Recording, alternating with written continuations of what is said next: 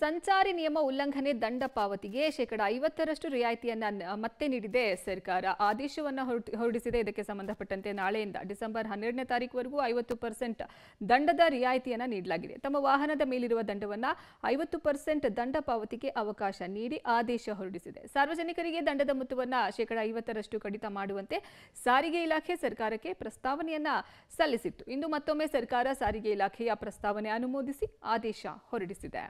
ಖಾಸಗಿ ವಾಹಿನಿಯಲ್ಲಿ ಪ್ರಸಾರವಾಗುವಂತಹ ಅತಿ ದೊಡ್ಡ ರಿಯಾಲಿಟಿ ಶೋ ಬಿಗ್ ಬಾಸ್ ಕಾರ್ಯಕ್ರಮದ ಸ್ಪರ್ಧಿ ಗಿಲ್ಲಿ ನಟನ ಮೇಲೆ ಸಹಸ್ಪರ್ಧಿ ರಿಷಾಗೌಡ ಹಲ್ಲೆಯನ್ನ ಮಾಡಿದ್ದು ಆಕೆಯ ವಿರುದ್ಧ ಕ್ರಮ ಕೈಗೊಳ್ಳುವಂತೆ ಕೋರಿ ಗಿಲ್ಲಿ ನಟನ ಅಭಿಮಾನಿಗಳು ರಾಮನಗರ ಜಿಲ್ಲಾ ಸಿಎನ್ ಪೊಲೀಸ್ ಠಾಣೆಗೆ ದೂರು ನೀಡಿದ್ದಾರೆ. ಗಿಲ್ಲಿ ನಟನ ಅಭಿಮಾನಿಗಳ ಪರವಾಗಿ ಮಧು ಅನ್ನೋರು ಸಿಎನ್ ಪೊಲೀಸ್ ಠಾಣೆಯಲ್ಲಿ ದೂರನ್ನು ದಾಖಲಿಸಿದ್ದು ರಿಷಾಗೌಡ ಗಿಲ್ಲಿ ನಟನ ಮೇಲೆ ಹಲ್ಲೆಯನ್ನ ನಡೆಸಿದ್ದಾರೆ. ಅವರ ವಿರುದ್ಧ ಕ್ರಮ ಕೈಗೊಳ್ಳಬೇಕಾದ ಬಿಗ್ ಬಾಸ್ ಆಯೋಜಕರು ಸುಮ್ಮನೆ ಇದ್ದಾರೆ.